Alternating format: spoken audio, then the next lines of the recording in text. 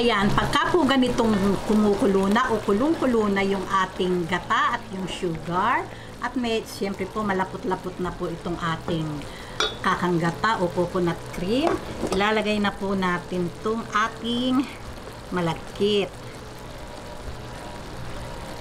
Ayan. Kung napansin nyo po, may dahon-dahon, iyon po ay nilagyan ko ng dahon ng pandan. Pero kung wala naman po kayong dahon ng pandan, eh okay lang din naman po. Ngayon, pagka po ganitong nailagay na nating lahat, ito po syempre, labanan na po ito ng braso.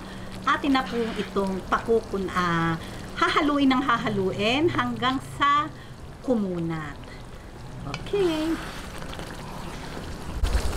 Ayan. Halo lang po tayo ng halo hanggang sa ma-reduce itong ating syrup at tuluyan ng kumunat. Ayan. Halo-halo lang po. Laban lang po yung ating braso. Exercise.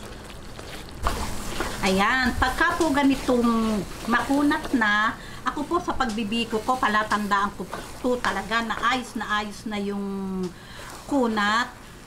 Ayan pag sinandok nyong ganyan at halos hindi na siya bumabagsak, okay na po yan.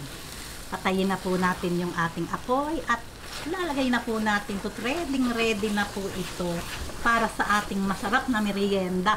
Tsaa lang pong mainit o kape, talo-talo na po talaga't napakasarap nito. Okay, patayin ko na po yung apoy at lalagay na po natin ito sa ating bilao. Okay, ngayon, ilagay na po natin itong ating biko. Ayan. Talaga naman pong napakakunat.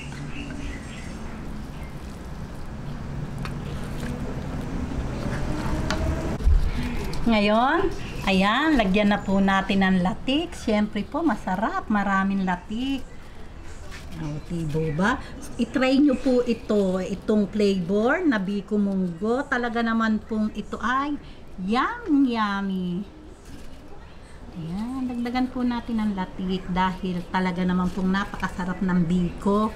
Basta maraming latik. Ayan, o di po ba? Talaga namang itsura pa lang. Mukha talagang katakam-takam at talagang napakasarap. O paano po? Tikiman na po tayo. Gawin nyo na po talagang napakasarap.